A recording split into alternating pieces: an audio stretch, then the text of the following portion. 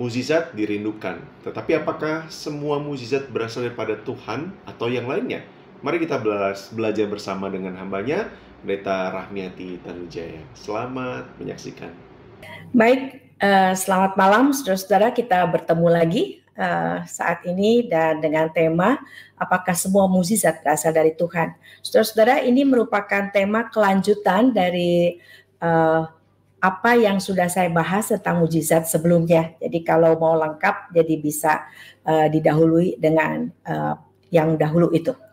Nah, saudara, kenapa saya terbeban untuk berbicara mengenai hal ini? Oleh karena saya suka ketemu beberapa orang Kristen lalu mengatakan, ini benar loh, dia bisa nyembuhin. Dia orang Kristen kok, katanya gitu kan ya. Lalu berbondong-bondonglah orang ke sana untuk meminta disembuhkan gitu ya. Pasti dari Tuhan, dia orang Kristen kok, kata gitu kan ya. Saudara-saudara, oleh karena itu saya ingin mengajak kita bersama-sama melihat tentang karakteristik begitu ya saudara ya. Apakah mukjizat itu berasal dari Tuhan atau tidak? Kalau berdasarkan pembahasan saya yang lalu, saudara harus tahu dengan jelas bahwa mukjizat itu adalah tanda, ya, tanda yang diberikan oleh Tuhan kepada manusia, di mana Allah intervensi lalu memberikan tanda, dan tujuan dari tanda itu, secara ringkas saya bisa katakan, adalah untuk membawa orang kepada Tuhan, supaya orang itu percaya kepada Tuhan, gitu kan ya. Nah, saudara, saya ingin kita melihat bagian firman Tuhan, yaitu dari 2 Tesalonika, saudara. Mari kita lihat 2 Tesalonika pasal yang kedua, mulai dari ayat yang ke-9, ya. 2 Tesalonika pasal yang kedua, mulai dari ayat yang ke-9. Saya bacakan buat saudara. Kedatangan si pendurhaka itu adalah pekerjaan iblis, dan akan disertai rupa-rupa perbuatan ajaib, tanda-tanda dan mujizat-mujizat palsu. Nah, sekali lagi ya, saya katakan ini, lihat ini ya. Ini kedatangan si pendurhaka, ini adalah yang melawan Tuhan, si jahat yang melawan Tuhan, yang berusaha untuk menyesatkan kita. Dikatakan ada kedatangan si pendurhaka itu adalah pekerjaan iblis, dan akan disertai rupa-rupa perbuatan ajaib, tanda-tanda dan mujizat-mujizat palsu. Nah, nanti kita akan lihat ini palsunya nih apa nih ya? Dengan rupa-rupa tipu daya jahat terhadap orang-orang yang harus binasa karena mereka tidak menerima dan tidak mengasihi kebenaran yang dapat menyelamatkan mereka. Lihat kalimat ini, saudara, perhatikan kalimat ini. Karena mereka tidak menerima dan mengasihi kebenaran yang dapat menyelamatkan mereka. Jadi begini saudara, dikatakan bahwa ada mukjizat yang bukan berasal dari Tuhan, tapi kita lihat berasal dari si jahat. Nah saudara, bukan berarti lalu iblis ini, setan ini, atau si jahat ini bisa seenaknya lebih berkuasa dari Tuhan. Tidak. Semuanya ada di bawah kendali Tuhan, ya. Dan ada saatnya si jahat ini diizinkan oleh Tuhan, karena kalau tidak berarti dia lebih hebat dari Tuhan. Jelas firman Tuhan mengatakan tidak. Semua ada di dalam kontrol Tuhan. Nah, kita harus melihat tipu daya dari iblis ini atau dari setan, dari si jahat ini. Tujuannya jelas adalah untuk membawa kita jauh dari Tuhan. Untuk supaya saudara dan saya tidak percaya kepada Tuhan. Makanya kenapa saudara perhatikan firman Tuhan di Yohanes 8 ayat 44 misalnya ya, ini karakteristik dari iblis. Dikatakan, iblislah yang menjadi bapamu dan kamu ingin melakukan keinginan-keinginan bapamu. Ia adalah pembunuh manusia sejak semula dan tidak hidup dalam kebenaran, sebab di dalam dia tidak ada kebenaran. Apabila ia berkata dusta, ia berkata atas kehendaknya sendiri, sebab ia adalah pendusta dan bapa segala dusta. Lihat ya, iblis ini adalah pendusta. Dia bisa lalu memakai ini rasanya kalau menjebak orang yang Kristen nih, yang mengaku Kristen, lalu dijebaknya mesti pakai cara Kristen juga gitu ya. Kalau enggak kan nggak mau gitu, misalnya orang Kristen ini. Nah, lalu dikatakan di dalam Matius 5 ayat 37 di pesan Tuhan bagi kita sekalian bahwa kita itu harus hidup dalam kebenaran. Maka dikatakan jika ya, hendaklah kamu katakan ya. Jika tidak, hendaklah kamu katakan tidak. Apa yang lebih daripada itu berasal dari si jahat. Lihat ya, senada dengan Yohanes 8 ayat 44 tadi. Jadi kalau kita katakan ya, ya-nya harus ya-nya Tuhan. Kalau tidak, tidaknya Tuhan. Sedangkan ini kebalikan kalau berasal dari si jahat, ya. Nah, sekarang kita lihat Saudara. Karakteristik dari mujizat yang berasal dari Tuhan adalah seperti penjelasan saya terdahulu, supaya orang percaya kepada Tuhan. Ya, jadi tidak sembarangan Tuhan itu menyatakan tandanya atau intervensi dalam kehidupan manusia, tidak. Bukan untuk sekedar bisa pamer begitu ya, bahwa Tuhan bisa segala macam, tidak. Semua Tuhan kalau lakukan sesuatu ada tujuannya. Dan jelas dengan tanda ini firman Tuhan mengatakan supaya orang percaya. Nah, sekarang kita lihat Saudara. Kalau itu berasal dari Tuhan, karena firman itu keluar dari Tuhan, maka itu pasti terjadi.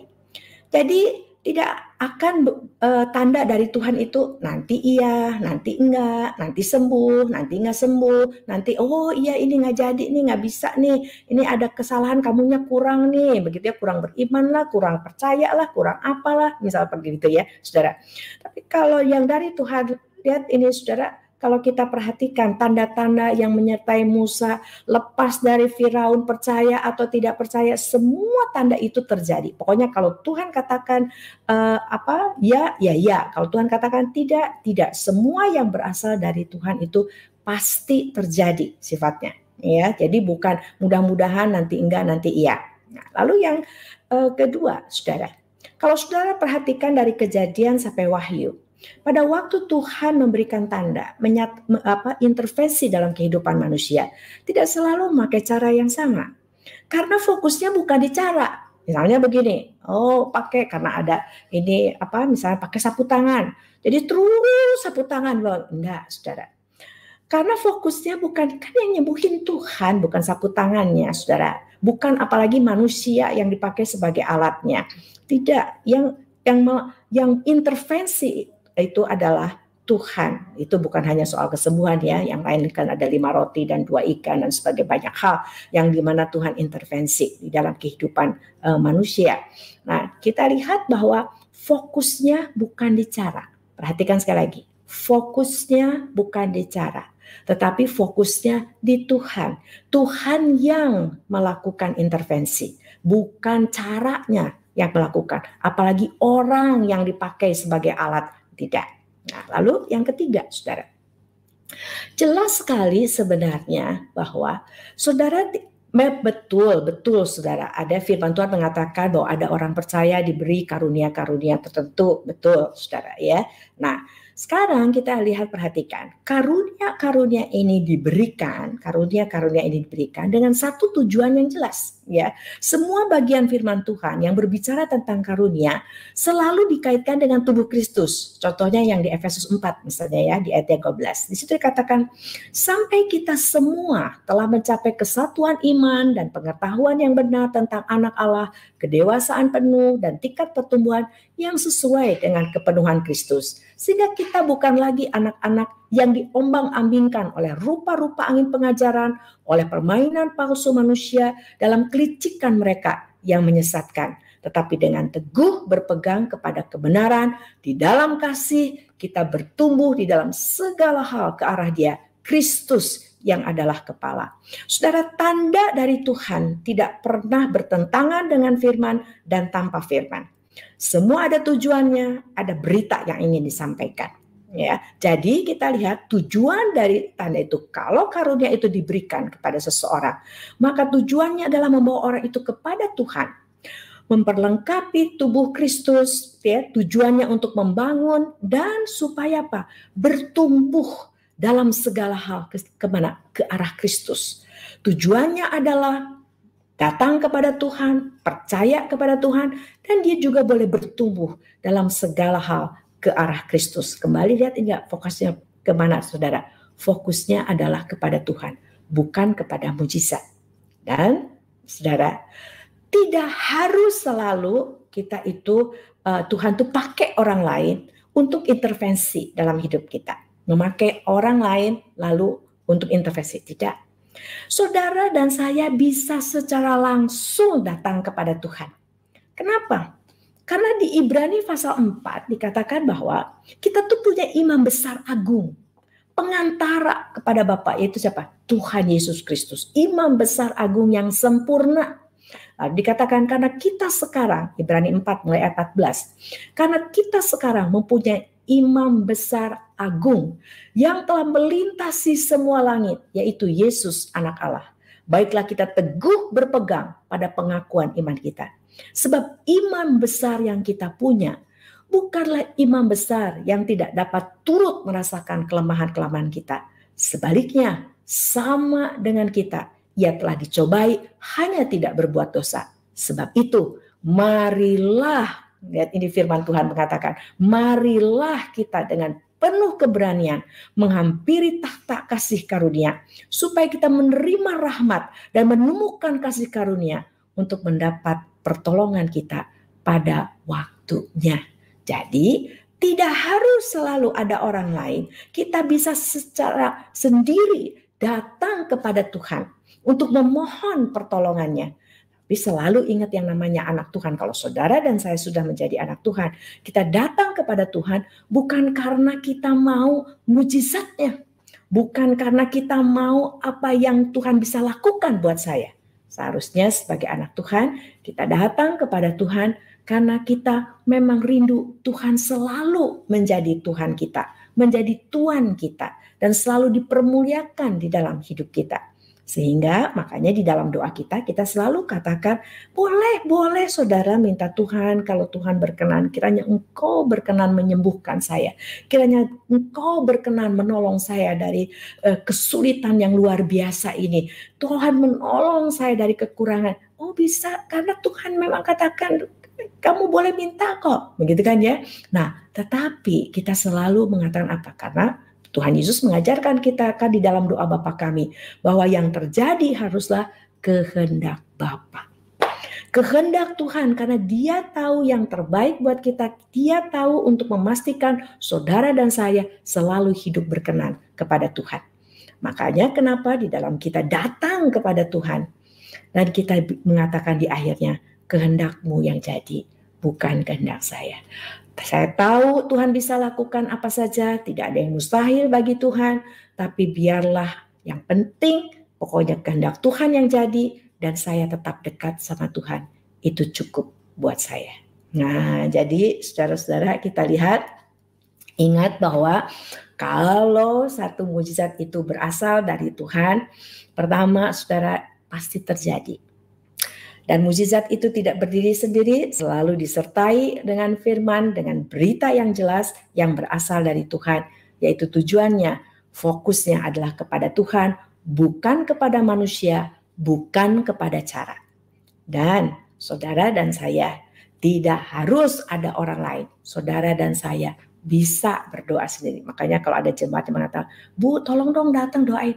Kamu bisa datang karena yang nyembuhin bukan saya. Yang nyembuhin Tuhan. Karena yang misalnya mengusir setan bukan saya, tapi Tuhan. Tuhan yang berkuasa. Makanya firman Tuhan mengatakan di dalam Yakobus 4, kamu tersungkur dia berlutut di hadapan Tuhan, lawan iblis. Iblisnya lari, Tuhan yang ngusir. Jadi kita bisa datang langsung kepada Tuhan.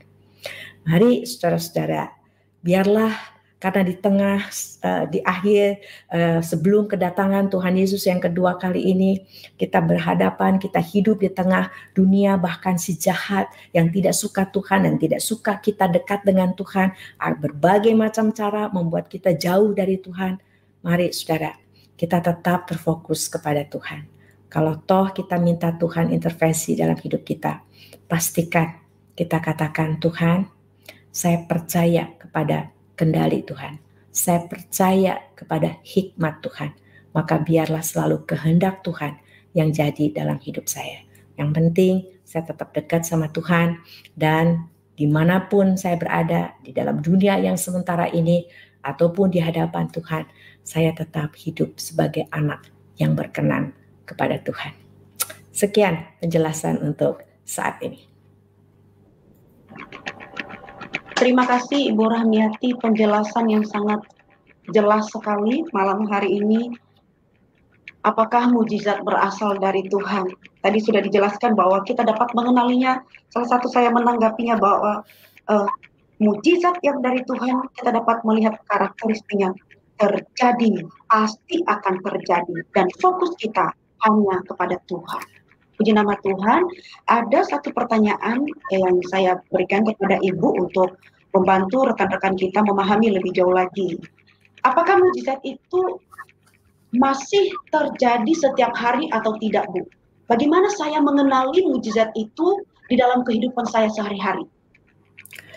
Ya, kalau yang disebut dengan mujizat itu kan sesuatu yang bicara kalau berdasarkan firman Tuhan, tanda itu misalnya air menjadi anggur, 5 roti dan 2 ikan. Jadi yang tidak terjadi secara alamiah, gitu kan ya. Oke. Nah, jadi kalau dikatakan apakah masih terjadi, karena tidak ada bagian firman Tuhan yang menyatakan sudah tidak terjadi lagi, gitu ya.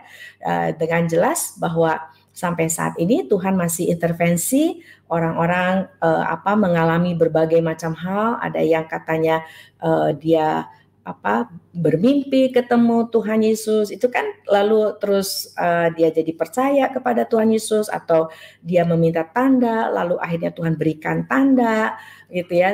Saya ingat ada seorang teman, dia ingin tahu sebenarnya saya ini harus percaya kepada siapa. Jadi pas dia melihat ke langit, lalu dia melihat ada tanda salib di langit, tepat pada saat dia bertanya, lalu dia tahu Tuhan terima kasih, lalu dia percaya kepada Tuhan Yesus. Jadi dan ada orang yang terus sedang ragu, lalu kita lihat Tuhan memberikan tanda baik dengan kesembuhan, lalu akhirnya dia datang kepada Tuhan, dia terima Tuhan Yesus. Dalam perjalanan hidupnya dia bisa sakit lagi, tapi dia nggak jadi masalah, dia tidak terus kok lihat ini saudara, kalau dia tidak betul-betul lalu percaya kepada Tuhan dan menjadi anak Tuhan, menerima anugerah Tuhan, maka dia bisa.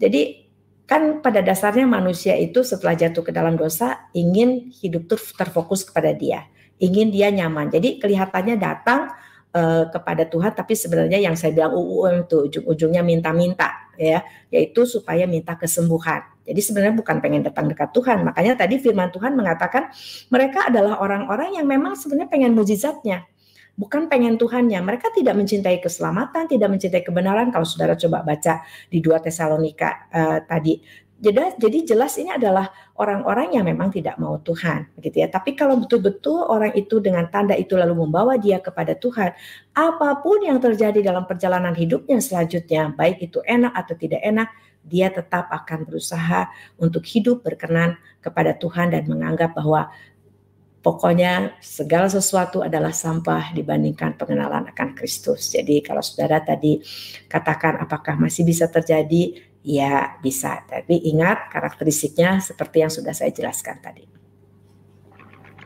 Terima kasih Bu penjelasannya, semoga menjawab rekan kita yang sudah bertanya. Kemudian saya akan membacakan pertanyaan dari Instagram oleh Mitra Nugroho. Saya sering sekali mimpi menjadi kenyataan, bahkan bukan hanya 1 kali atau 2 kali. Bahkan 1 bulan sebelum Gunung Merapi di Yogyakarta erupsi, saya sudah mimpi Gunung Merapi meletus. Ibu, apakah itu termasuk karunia Tuhan? Silakan. Ya, saudara, hal itu pokoknya begini.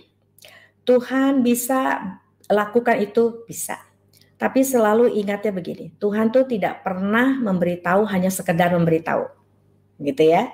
Tapi semuanya itu bukan, jadi kita tuh bukan disuruh jadi peramal gitu loh, ya, jadi tahu duluan dan segala macamnya, bukan itu. Ingat bahwa kalau itu berasal dari Tuhan, yaitu tujuannya adalah supaya membawa saya datang kepada Tuhan.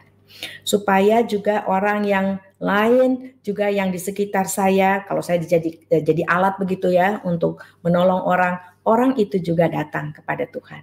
Jadi bukan hanya sekedar ya supaya kamu tahu aja. Saudara coba perhatikan, kalau Tuhan berbicara melalui mimpi kepada Nebukadnezar seberapa, ada yang berita dari firman Tuhan yang mau Tuhan sampaikan. Makanya semuanya itu harus sesuai dengan firman Tuhan. Jadi jangan cuman puas jadi pokoknya saya jadi bisa tahu, saya bisa tahu. Tidak seperti itu. Tapi selalu tujuannya adalah untuk membawa orang itu sadar bahwa siapa Tuhan, siapa kita tunduk kepada Tuhan, itu tujuannya, gitu, ya. Baik Bu, terima kasih untuk jawabannya. Saya akan membacakan pertanyaan selanjutnya yang ada di Facebook ya, oleh Henry Surya Dinata. Malam Bu Rahmiati, maaf mau tanya, kalau begitu apa beda mujizat benar dari Tuhan dengan kuasa sihir? Karena secara efek Bu, langsung mirip. Mungkin dari segi ciri-cirinya bagaimana membedakannya ya Bu? Dari tujuannya, makanya kalau kita perhatikan, kan Musa waktu di Mesir kan ada tukang sihir, ada Musa, betul ya? Nah, pada waktu itu terjadi, kita lihat kalau yang Musa itu membawa orang datang supaya, kan ada tujuannya, supaya orang percaya kepada Tuhan. Begitu. Jadi ada supranatural dari sihir, tapi tujuannya adalah supaya pamer kuasa aja, supaya kita takut sama setan lah, segala macam. Jadi kita tunduk, kita mau melakukan apa saja yang dia mau, dan tujuannya adalah supaya saya hidup untuk saya senang, bukan untuk memuliakan Tuhan. Dari situnya dia udah salah, saudara. Kita datang hanya untuk, lihat ini saudara, jangankan itu ke tukang sihir, kita datang ke Tuhan Yesus ya, dengan tujuan hanya untuk sembuh, hanya tujuan untuk supaya dapat makan roti dengan mujizat 5 roti dan 2 ikan, itu aja udah salah. Tuhan Yesus kan langsung marah. Tuhan bilang, saya tahu kamu datang ke sini bukan karena ingin dekat sama saya, bukan ingin menyembah saya, untuk percaya ke saya sebagai juru selamat. Kamu datang ke sini soal roti kan? Kamu datang ke sini cuma pengen kesembuhan kan? Kalau mau ikut saya ikut yang benar. Nah, dari situ aja kita lihat yang ikut Tuhan Yesus aja bisa salah. Sekian. Baik Bu, terima kasih.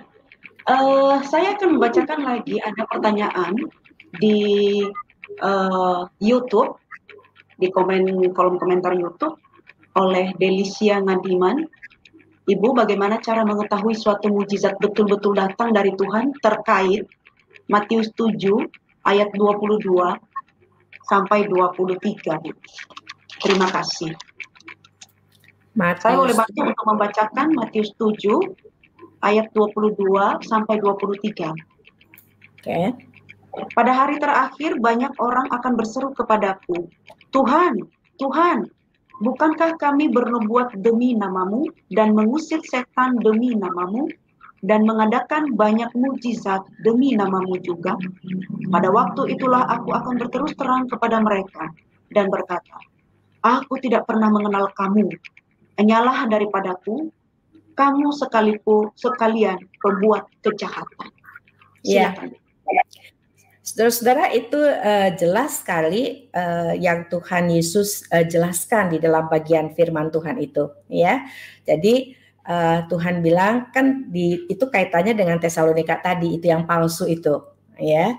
Jadi dari segi orangnya, ya, yang menjadi yang tadi dikatakan melakukan mujizat palsu, bernubuat itu menyampaikan firman Tuhan, gitu kan ya. Jadi ini kan kategorinya Tuhan mau bicara tentang nabi palsu. Saya suka bilang nabi aja bisa palsu, apalagi pendeta, apalagi jemaat, apalagi majelis dan sebagainya, begitu saudara ya. Nah, jadi intinya kalau yang palsu ini apa? Kalau yang palsu itu si sayahnya, karena sayahnya kan berarti karena kan ditolak Tuhan Yesus kan. Berarti dia sendiri belum menjadi ciptaan baru. Dia sendiri belum memiliki satu kehidupan yang arahnya hanya ke Tuhan. Jadi dianya sendiri itu pokoknya yang penting nyenengin Tuhan. Ya saudara, kayak Petrus, Paulus, gitu kan ya saudara ya. Dia tuh hidupnya yang penting adalah saya ingin nyenengin Tuhan. Lihat ini saudara ya. Nah, oleh karena saya ingin menyenangkan hati Tuhan, makanya dia juga tidak mau untuk memuaskan keinginan dari manusia. Makanya dia selalu mengatakan, yang saya mau kamu tahu adalah saya punya Tuhan Yesus. Saya ingin kamu memiliki Tuhan Yesus. Saya ingin kamu percaya kepada Tuhan Yesus, bukan kepada mukjizatnya, gitu ya. Nah, jadi kalau yang berasal dari, lihat ini, dari sudut orangnya itu adalah tidak hidup untuk Tuhan. Sehingga kalau dia tidak hidup untuk Tuhan, dia masih dengan natur orang yang belum menjadi ciptaan baru, maka dia kan kalau belum jadi ciptaan baru kan prinsip hidupnya UUS, natur orang berdosa itu. Ujung-ujungnya saya, terfokusnya kepada saya. Saya yang harus terkenal, saya yang harus dipuji-puji, saya yang semua orang harus datang kepada saya. Fokusnya di saya, gitu ya saudara ya. Jadi akan terlihat bahwa orang itu akan ingin semua orang datang ke saya.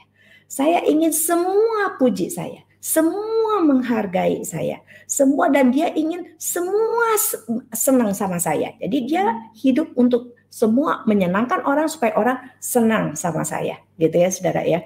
Nah itu akan terlihat. Tapi kalau orang itu adalah orang yang hambanya Tuhan, dia sadar bahwa Tuhan yang menyembuhkan, saya hanya alat. Dia juga bisa katakan kepada orang yang datang, gak ada saya juga gak apa-apa, Tuhan bisa nyembuhin kamu kok langsung. Lihat ya saudara. Jadi kamu pokoknya mesti percaya kepada Tuhan, jangan kepada saya. Saya sih hanya alat. Dan Tuhan yang harus dipermuliakan. Kamu jangan nyembah saya, jangan berterima kasih sama saya. Terima kasihnya sama Tuhan. Bersyukurnya sama Tuhan. Percaya sama Tuhan. Tuh lihat saudara. Jadi itu yang membuat firman Tuhan mengatakan kalau pohonnya baik, buahnya baik. Memang saudara, kalau saudara melihat orang-orang seperti ini, kita akan pikir, wah ini tangan kanannya Tuhan. Tapi memang kita bukan ditentukan oleh Tuhan jadi hakim. Kita tidak tahu hati orang. Tapi pokoknya yang penting saudaranya sendiri, kitanya sendiri, ingat pada waktu kita datang kepada Tuhan, jangan kita datang untuk mujizatnya. Jangan kita datang untuk mengeksploitasi Tuhan dan meminta Tuhan untuk mengikuti maunya saya. Itu aja pesan saya. Sekian. Wow, terima kasih Ibu, penjelasannya sangat menguatkan saya secara pribadi. Ini adalah pertanyaan yang terakhir ya Bu, yang mengingat waktu kita. Saya akan bacakan ke Ibu dan setelah itu nanti kita akan berdoa. Ada beberapa pokok doa yang disampaikan di Instagram. Saya sebelumnya membaca pertanyaan yang terakhir dari Facebook. Ibu, saya mau tanya, sekarang ini kan banyak yang bikin mujizat kesembuhan sampai bikin konser. Menurut Ibu, apakah itu selalu dari Tuhan atau bagaimana? Silakan. Kembali, saya hanya bisa memberikan prinsip karena saya bukan hakim dan saya tidak tahu apa yang terjadi dan saya tidak berani untuk menghakimi. Jadi pada prinsipnya adalah kalau tanda itu berasal dari Tuhan akan membawa orang kepada Tuhan. Dia percaya. Jadi tolong ikuti atau nanti putar bara digital yang tentang saya membahas tentang mujizat. Itu sudah jelas. Jadi kalau dia betul berasal dari Tuhan, itu yang penting adalah orang membawa dia kepada Tuhan. Dan orangnya itu juga akan mengatakan bahwa ingat bahwa jangan mujizat yang menjadi fokusnya, tetapi Tuhan, begitu ya. Jadi dan kalau berasal dari Tuhan, jangan lupa bahwa kalau tanda itu berasal dan Tuhan mau menyatakan kepada manusia, itu pasti terjadi. Dan ingat bahwa tanda itu untuk supaya orang percaya, gitu ya. Jadi sebenarnya kalau saudara dan saya sebagai anak Tuhan, kalau sudah percaya nggak perlu tanda lagi, karena tanda itu kan tujuannya supaya percaya. Kalau udah percaya buat apa tanda lagi, gitu kan ya. Dan sebagai anak Tuhan, ada saatnya Tuhan juga intervensi untuk meneguhkan kita, untuk semakin percaya dan hidup bagi Tuhan. Jadi intinya kembali fokusnya adalah kepada Tuhan. Jadi saudara baca firman Tuhan, belajar tentang ciri-cirinya, apa kata Tuhan pada saat dia intervensi. Nah, berdasarkan itu lalu saudara sendiri hati-hati begitu ya. Jangan sampai kita terombang-ambing oleh berbagai pengajaran yang tidak benar. Sekian. Terima kasih Bu. Satu lagi pertanyaan paling terakhir sekali. Iya, karena memang topik malam hari ini yang sangat benar-benar dipertanyakan oleh banyak anak-anak Tuhan ya. Betul. Dan pertanyaan terakhir ini saya akan sampaikan, ada anak-anak Tuhan yang suka, maksudnya butuh atau minta tanda daripada Tuhan. Misalnya, apakah ini kehendak Tuhan ketika saya memilih orang ini sebagai pasangan saya? Bagaimana mengetahui tanda? Dia minta tanda kepada Tuhan supaya ini dari Tuhan atau bukan dari Tuhan. Silakan Bu. Saudara, ada yang masih perlu tanda, ada yang tidak perlu tanda ya. Tuhan kan berikan kita akal budi, dan Tuhan sudah berikan prinsip di Alkitab bahwa pasangan kita harus yang seiman. Karena kan tujuan kita sebagai anak Tuhan hidup buat Tuhan. Nah, nanti kalau yang pasangannya tidak hidup, tujuannya hidup buat Tuhan kan nggak nyambung nanti hidupnya, gitu kan, perjalanannya itu nggak bisa. Karena kita kalau toh menikah kita bersama-sama harus mau hidup dan mati buat Tuhan, gitu kan ya. Semua kehidupannya, membangun keluarganya, mendidik anak-anaknya untuk semua cinta Tuhan dan hidup sesuai dengan maunya Tuhan, bukan maunya orang tua, gitu kan ya. Nah, lalu sebagai tadi yang terakhir pertanyaan apa, lupa saya, sorry. Ya, bagaimana saya tahu kalau ini adalah pasangan hidup yang dari Tuhan? Oh ya, oke, terima kasih. Nah, sekarang kita kan punya Tuhan bilang kita berakal budi, kita sudah tahu prinsip firman Tuhannya, begitu ya. Nah, sekarang untuk cari yang sepadan, ya, yang compatible, tentu kita juga harus memakai akal budi kita, memakai hikmat kita. Tuhan mengatakan kalau kamu butuh hikmat, minta hikmat dari Tuhan. Ada banyak hal yang perlu dipertimbangkan, ya. Jadi kan kita tahu nih, kita akan hidup bersama-sama Dia untuk selama seumur hidup kita, dengan maut memisahkan, gitu kan ya.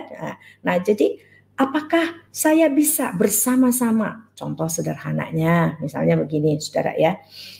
Nah, sekarang saudara punya beban, Tuhan jelas memberikan beban kepada saudara untuk melayani di kota A, misalnya ya, misalnya di Medan, gitu kan. Sedangkan lalu pasangannya enggak, Tuhan jelas sekali ingin saya melayani misalnya di Jayapura. Saudara, itu Medan sama Jayapura kan jauh banget nih, saudara ya. Nah, itu kan jelas itu, wah kita nggak bisa, kayak gitu misalnya. Kayaknya karena saya jelas Tuhan ini. Contohnya seperti itu. Lalu ada saya nih, bisa enggak ya dengan sifat-sifat dia yang seperti ini, dengan keluarga yang seperti ini, saya bisa enggak ya bersatu bersama-sama untuk lalu membangun satu keluarga yang terus boleh tetap mencintai Tuhan. Jadi ada hal-hal yang memang perlu dipikirkan, begitu, perlu dipertimbangkan, karena intinya ingat bahwa saudara menikah itu bukan untuk pernikahan, itu tujuannya bukan itu, saudara, karena saudara tidak diciptakan untuk menikah, bukan itu maksudnya, tapi kita diciptakan untuk hidup bagi Tuhan. Jadi ingat pada waktu kita menikah, saya nanti sama dia bisa nggak ya bersama-sama membangun satu keluarga yang terus boleh menyenangkan hati Tuhan. Itu yang dipikirkannya. Jadi nggak usah pakai tanda-tanda lagi, kalau jelas nanti nggak bisa, nggak usah pakai tanda. Ini benar kalau saking cintanya terus dikasih tanda, tapi karena pengen sama dia terus tandanya dia lewat, pokoknya dicocok-cocokin, akhirnya mau juga nanti jadinya. Jadi pakailah firman Tuhan sebagai dasar, lalu pakai akal budi kita, minta hikmat dari Tuhan untuk melihat dari segi sifat, latar belakang, lalu keadaan secara fisik. Karena apa kan? Jadi jangan begini, saudara tahu misalnya pasangan saudara ini mempunyai penyakit keturunan, lalu saudara oke. Nah, kalau saudara oke, bukan berarti tidak mungkin. Ya, silakan saudara, saya siap Tuhan, mari kita bersama-sama membangun satu keluarga, apapun kemungkinan yang bisa terjadi, pokoknya kita serahkan kepada Tuhan. Jadi betul-betul intinya, tujuannya saya mau membangun keluarga ini, saya harus mencari pasangan yang dimana saya bersama-sama bisa hidup dan mati bagi Tuhan. Gitu. Puji Tuhan, Ibu, terima kasih penjelasannya yang sangat jelas sekali. Dan malam hari ini kita akan menutup, dan sebelumnya saya akan membacakan satu topik doa dari saudara kita yang butuh didoakan dari Instagram atas nama Tina. Bunda, saya mohon doakan agar saya sakit mak ini dan batu empedu pulih, dan putra saya sehat saja, dan putra saya juga anak Down syndrome, jadi anak yang aktif. Amin. Atas nama Tina. Ya, demikian Ibu, silakan menutup kita di dalam doa. Baik, mari kita berdoa. Tuhan, terima kasih bahwa Engkau adalah Tuhan yang hidup. Terima kasih dengan kasih karunia Tuhan bahwa Engkau berkenan menyatakan kasih-Mu kepada kami. Tuhan, sebagai anak-anak Tuhan yang telah menerima anugerah Tuhan yang begitu luar biasa, kami sadar Tuhan bahwa kami tidak perlu tanda apa lagi, kami tidak perlu Tuhan membuktikan apa-apa lagi kepada kami bahwa Engkau sangat mengasihi kami.